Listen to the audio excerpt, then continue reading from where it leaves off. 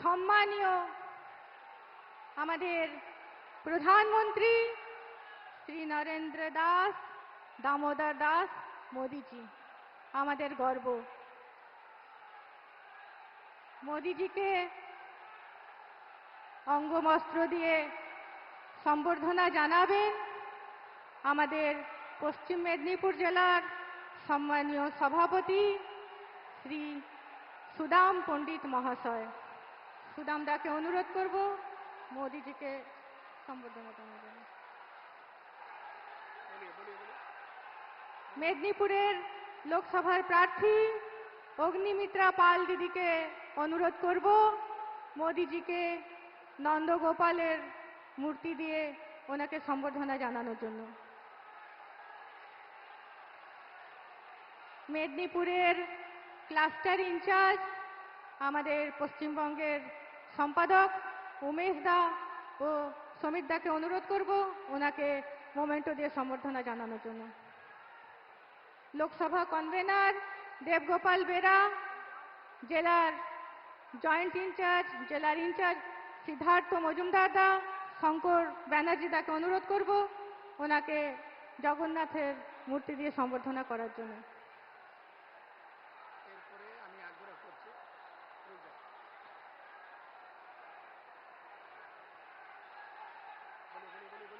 এরপর আমি আগ্রহ করছি আমাদের পশ্চিমবঙ্গের রাজ্য সভাপতি আমাদের লড়াকু নেতা সম্মানীয় ডক্টর সুকান্ত মজুমদার মহাশয়কে ওনার বক্তব্য রাখার জন্য।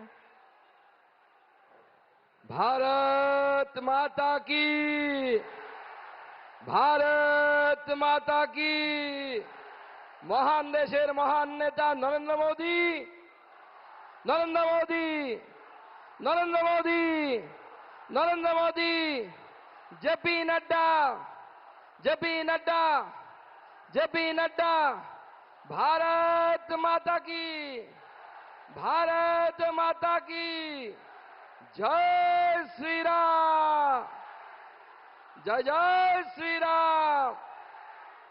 आज के মেদিনীপুরে এই লোকসভার আমাদের প্রার্থী অগ্নিমিত্রা পালের প্রচারে আজকে আমাদের খড়গপুরে মাননীয় প্রধানমন্ত্রী যিনি ভগবান রামচন্দ্রকে 500 বছর পর অযোধ্যায় ফিরিয়ে এনেছেন সেই নরেন্দ্র মোদী আমাদের মাঝে আছেন। একবার জোরে হাততালি দিয়ে আর মায়েরা উলুধ্বনি দিয়ে মাননীয় প্রধানমন্ত্রীকে স্বাগত জানাবেন। মায়েদের কাছে অনুরোধ করব উলুধ্বনি দিন, মাননীয় প্রধানমন্ত্রীকে উলুধ্বনি দিয়ে স্বাগত জানান। উপস্থিত আছেন আমাদের এখানকার প্রার্থী অগ্নিমিত্রা পাল যিনি আমাদের রাজ্যের সাধারণ সম্পাদক।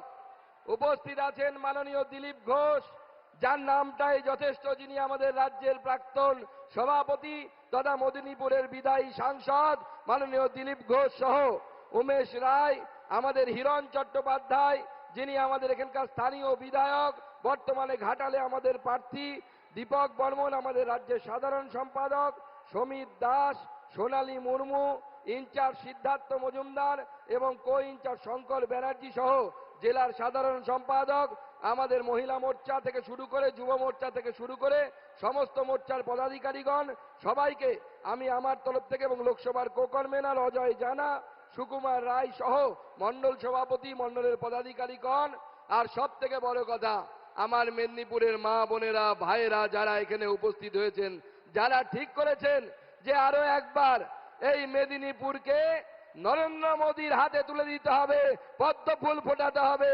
অগ্নিমিত্রা পালকে আবার দিল্লিতে পাঠাতে হবে, সেই মায়েদেরকে আমি প্রণাম জানাই, দাদাদেরকে প্রণাম জানাই। বন্ধুগণ, এই 24-এর ইলেকশন, এই 24-এর ইলেকশন ঠিক করবে দেশ আগামী দিনে কোন পথে যাবে, দেশ আগামী দিনে কোন রাস্তায় যাবে। মাননীয় প্রধানমন্ত্রীর নেতৃত্বে বিকশিত ভারতের দিকে যাবে নাকি মমতা ব্যানার্জির মতো লোকেদের নেতৃত্বে এই চোরেদের হাতে যাবে, আপনারা ঠিক করবেন, আপনাদেরকে ঠিক করতে হবে। বন্ধুগণ, এই চোরেদের হাতে কি আমরা এই গোটা দেশকে তুলে দেব? দেব কি?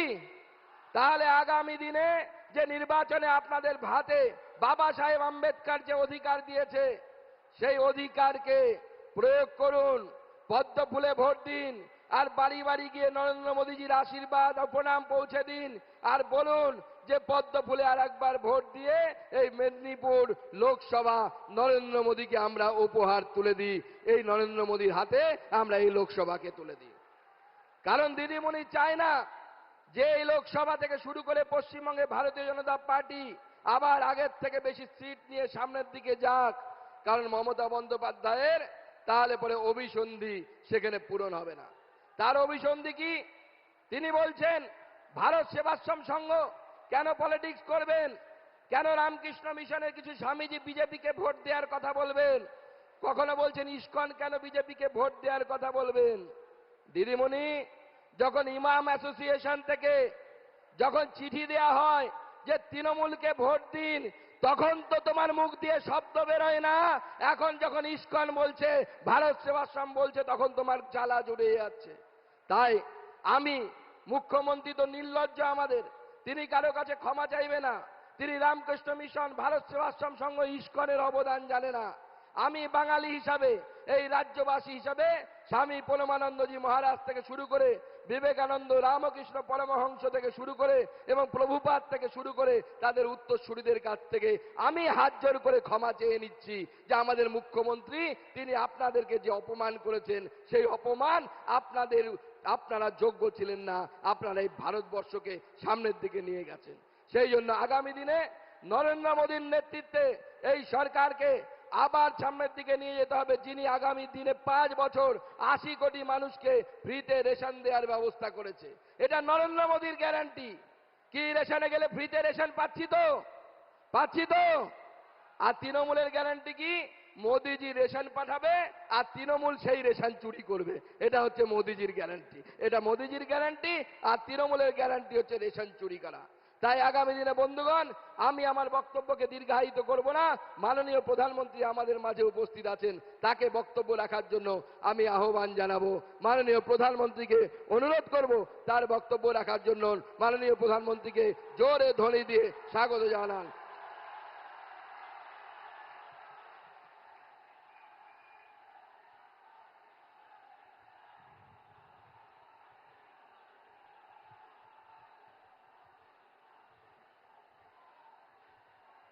भारत माता की मेदिनीपुर समस्त शक्ति स्वरूपा मां बोनेदेर आमार प्रणाम। मैं खड़गेश्वर महादेव और भगवान जगन्नाथ को प्रणाम करता हूं। साथियों, हम सबको आशीर्वाद देने के लिए उमड़ा ये जन सैलाब, मेदिनीपुर का ये माहौल ये बता रहा है पूरा बंगाल विकसित भारत के लिए संकल्प ले चुका है। पूरा बंगाल ठान चुका है इस बार भी केंद्र में एक मजबूत सरकार बनानी है। और इसलिए कश्मीर हो या कन्याकुमारी, अटक हो या कटक, बंगाल का कोई कोना ऐसा नहीं है जहां से एक ही स्वर सुनाई दे रहा है। फिर एक बार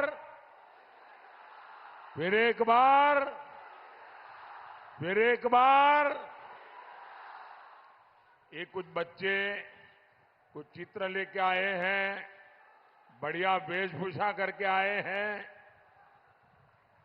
इन बच्चों को बहुत बहुत शुभकामनाएं।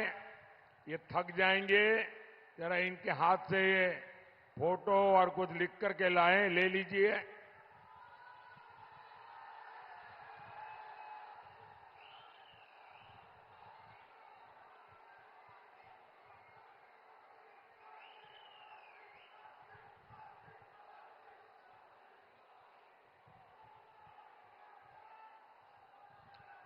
जय श्री राम। जय श्री राम।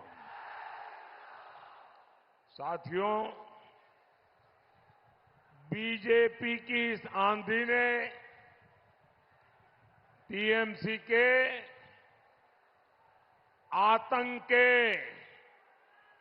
सभी किले ध्वस्त करना शुरू कर दिया है और इसलिए बंगाल में टीएमसी वाले जरा ज्यादा ही बौखलाए हुए हैं। अब बस 25 मई को एक और प्रहार की जरूरत है। बंगाल में फिर टीएमसी के आतंक, अत्याचार और भ्रष्टाचार के किले को गिरते देर नहीं लगेगी। साथियों, मैं जानता हूं टीएमसी लोकतंत्र की लड़ाई पूरी तरह हार चुकी है। इसलिए वो गुंडों के सहारे जीतना चाहती है। लेकिन मेरे प्यारे भाइयों बहनों, बंगाल के मेरे जाबाज नौजवानों, किसी से डरना नहीं है। मेदिनीपुर की धरती वीरों और क्रांतिकारियों की धरती है। यहां लोगों ने सत्य की मिसाल और सत्य की मशाल कभी नहीं छोड़ी। उसी मशाल से अंग्रेजों का साम्राज्य जल करके राख हो गया था। टीएमसी के सिंडिकेट और तौलाबाजों की तो हैसियत ही क्या है। ये लोग डरे हुए हैं, घबराए हुए हैं। जनता के सामर्थ्य को वो भांप नहीं पाए हैं, क्योंकि 4 जून के परिणाम तय है। फिर एक बार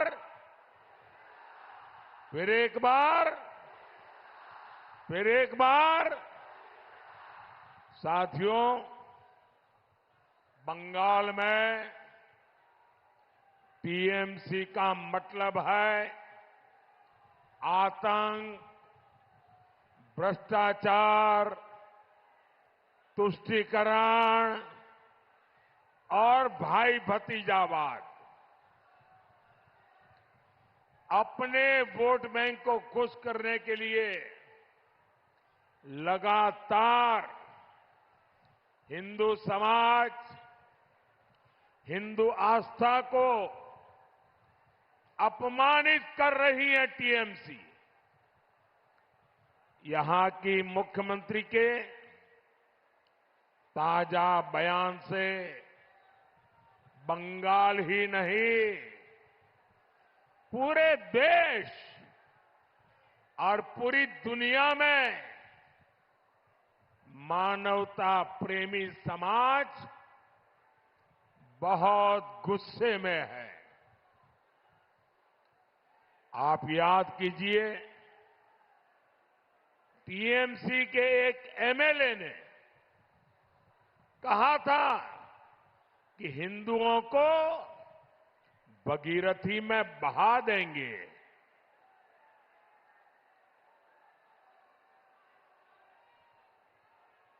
संतों ने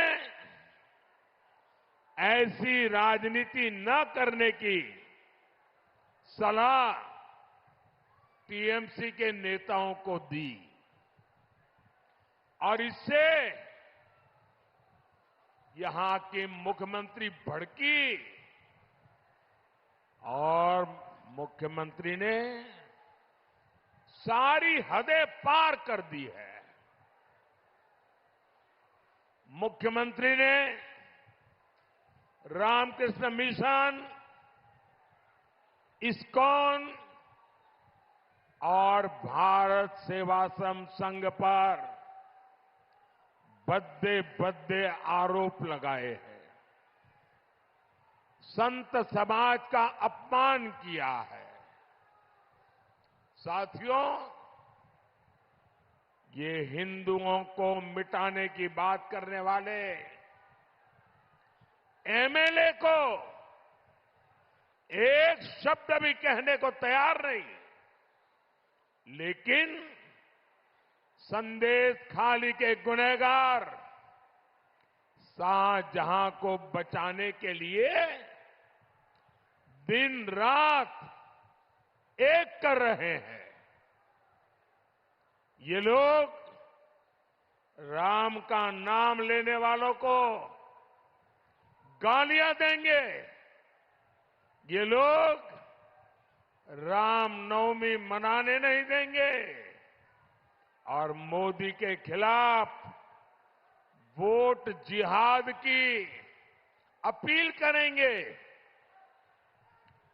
यही टीएमसी और इंडी गठबंधन वालों की सच्चाई है। वोट बैंक के सामने घुटने टेकने वाली ऐसी टीएमसी सरकार आपका एक वोट भी पाने की हकदार नहीं है।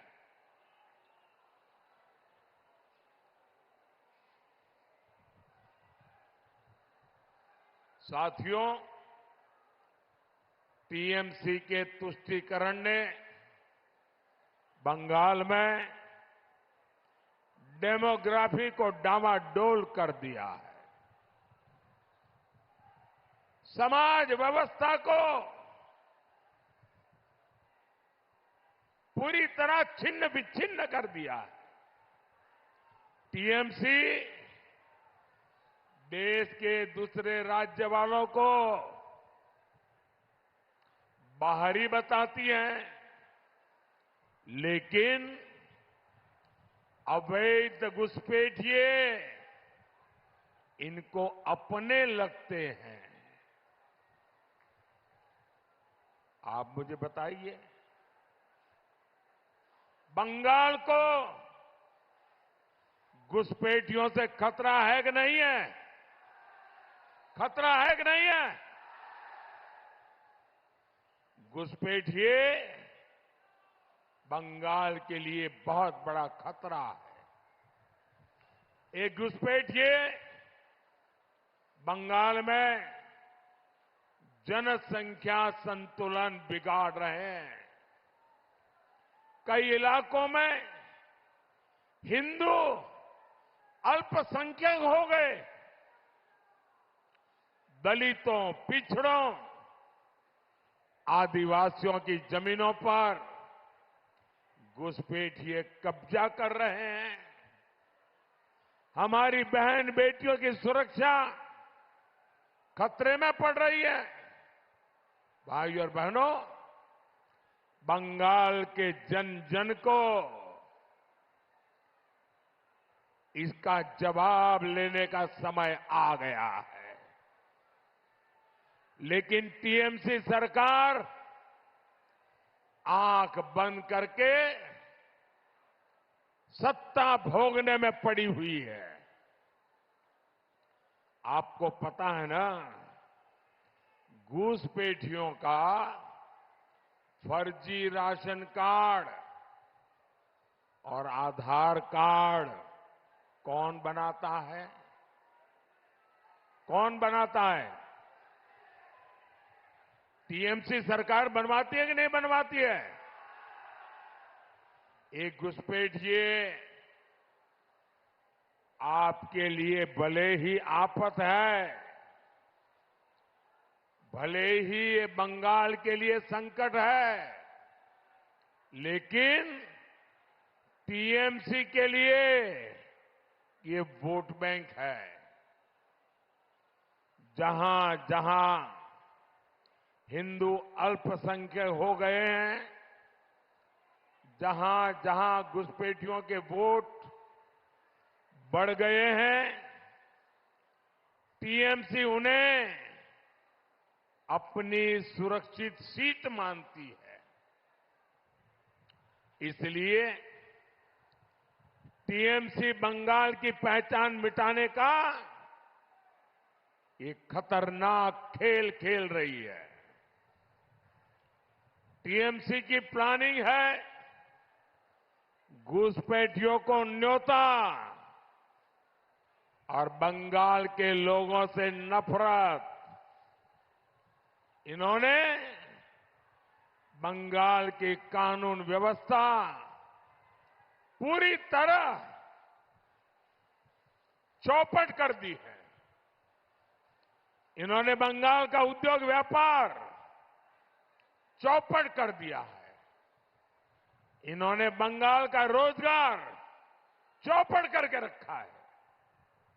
हमारे बंगाल के लोगों को मजबूर होकर आज बाहर जाना पड़ रहा है और इस वजह से जो जगह बन रही है वो टीएमसी के अपने प्रिय घुसपैठियों को दे रही है। टीएमसी की साजिशों को रोकने के लिए केंद्र में एक मजबूत बीजेपी सरकार बहुत जरूरी है। जब तक मोदी है, मैं इनके इरादे कभी भी कामयाब नहीं होने दूंगा।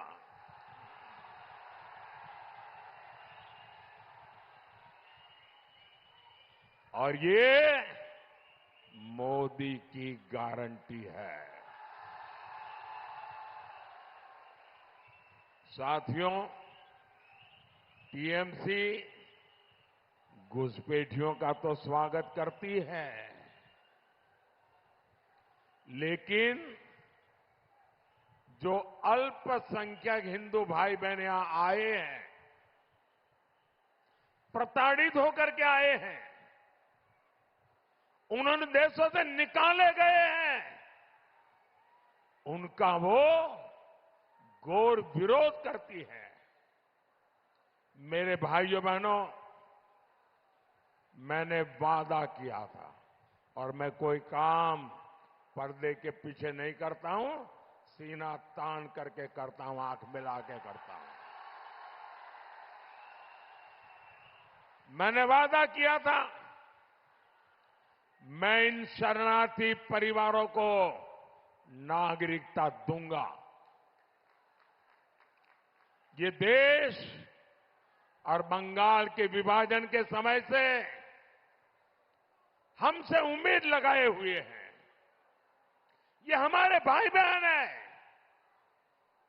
इनमें हमारे दलित भाई बहन हैं, हमारे आदिवासी भाई बहन हैं, हमारे पिछड़े समाज के लोग हैं, लेकिन टीएमसी इनकी मदद का विरोध कर रही है, सीएए का विरोध कर रही है और ये कह रही है कि हम सीएए को लागू नहीं होने देंगे, हम सीएए को उलट कर देंगे।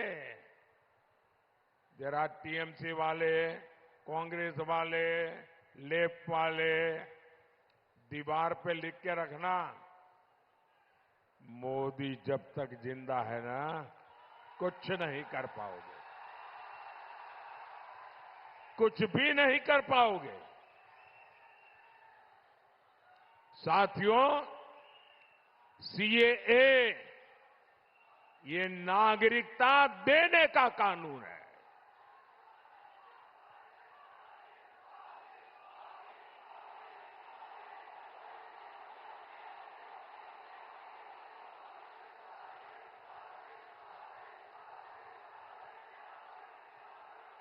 लेकिन ये टीएमसी झूठ बोलने की उसकी आदत जाती नहीं है। दिन रात झूठ बोलती रही कि सीए का फॉर्म भरा तो नागरिकता चली जाएगी। लेकिन अब इनके झूठ का पर्दाफाश हो गया है। अभी 4 दिन पहले 300 से ज्यादा शरणार्थियों को नागरिकता देकर के शुभ शुरुआत हो चुकी है। मैं टीएमसी वालों से कहना चाहता हूं, कान खोल के सुन लो। सीएए ये मोदी की गारंटी है।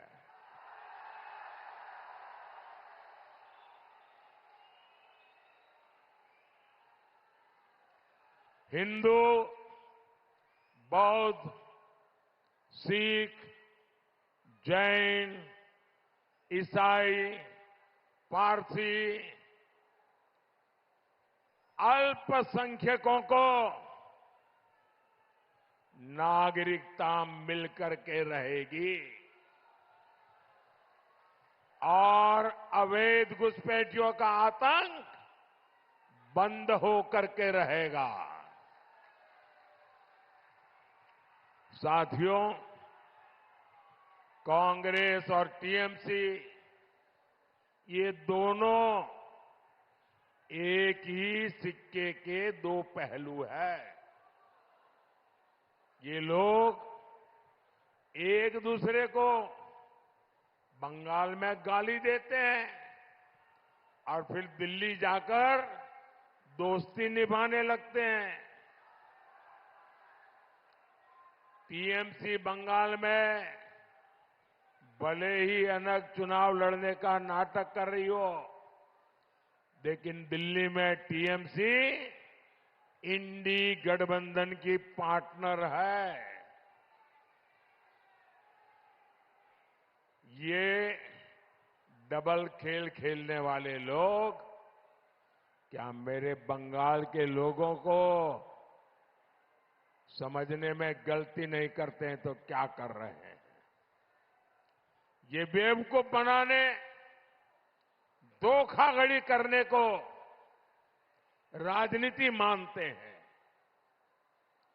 क्या बंगाल के लोग इनका ये दोहरा चरित्र समझते हैं कि नहीं समझते हैं? साथियों, पिछले 10 साल से मोदी का मंत्र है बंगाल का विकास, पुरजोश विकास, चारों तरफ विकास। लेकिन टीएमसी का एजेंडा है बंगाल के विकास को ठप करना। खड़गपुर से भुवनेश्वर के लिए हाई स्पीड सड़क हो, बंगाल में 36,000 किलोमीटर ग्रामीण सड़कें हो, अमृत भारत स्टेशनों का विकास हो, यहां से चल रही वंदे भारत ट्रेनें हो, ऐसे अनगिनत काम ये सब किसने किया?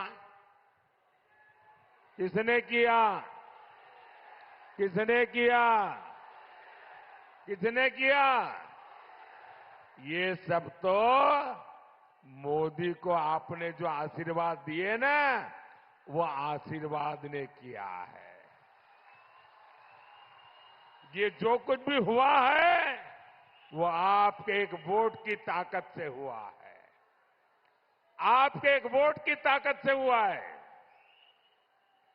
भाइयों बहनों, मां, माटी, मानुष कहकर इतना बड़ा धोखा भारतीय राजनीति में किसी और दल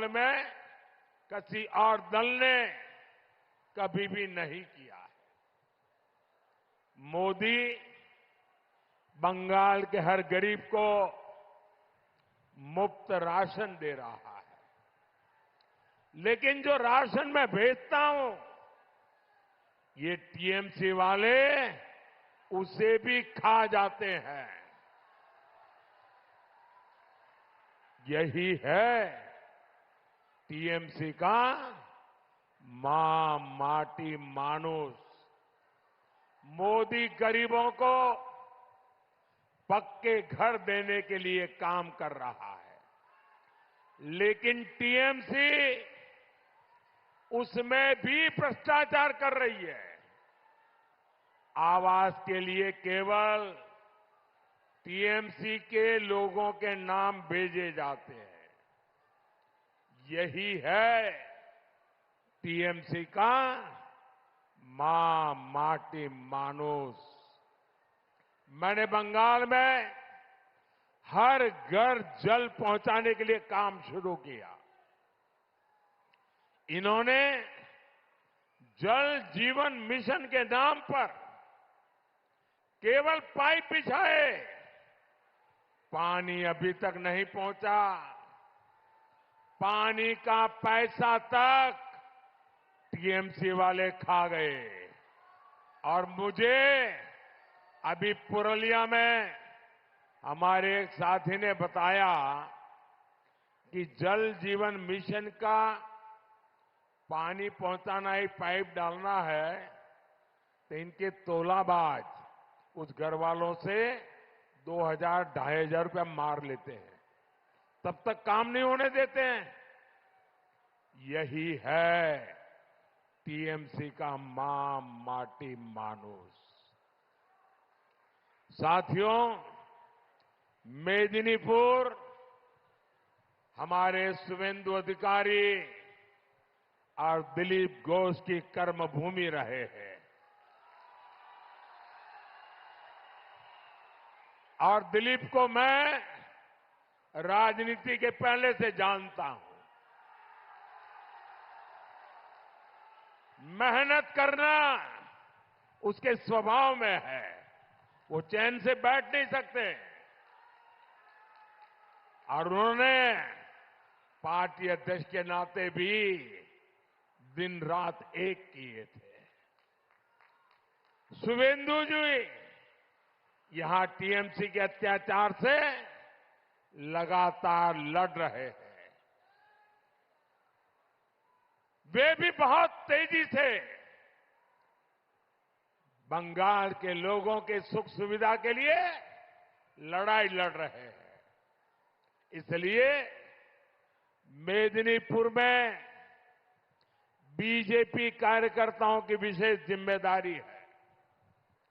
मेदिनीपुर से बहन श्रीमती अग्निमित्रा पॉल और घातल से हिरण्यमय चट्टोपाध्याय जी, मेरा अनुरोध है 25 मई को ये मेरे दोनों साथियों को भारी बहुमत से विजयी बनाएं। और जब आप इनको वोट देंगे ना, वो वोट सीधा सीधा मोदी के खाते में जाएगा। मोदी मजबूत होगा, बंगाल के सपनों को पूरा करेगा। घर घर जाएंगे, घर घर जाएंगे। जरा हाथ ऊपर करके बताइए, घर घर जाएंगे, ज्यादा से ज्यादा मतदान कराएंगे, सभी पोलिंग बूथ जीत के आएंगे। मेरे साथ बोलिए, भारत माता की, भारत माता की, भारत माता की। बहुत बहुत धन्यवाद।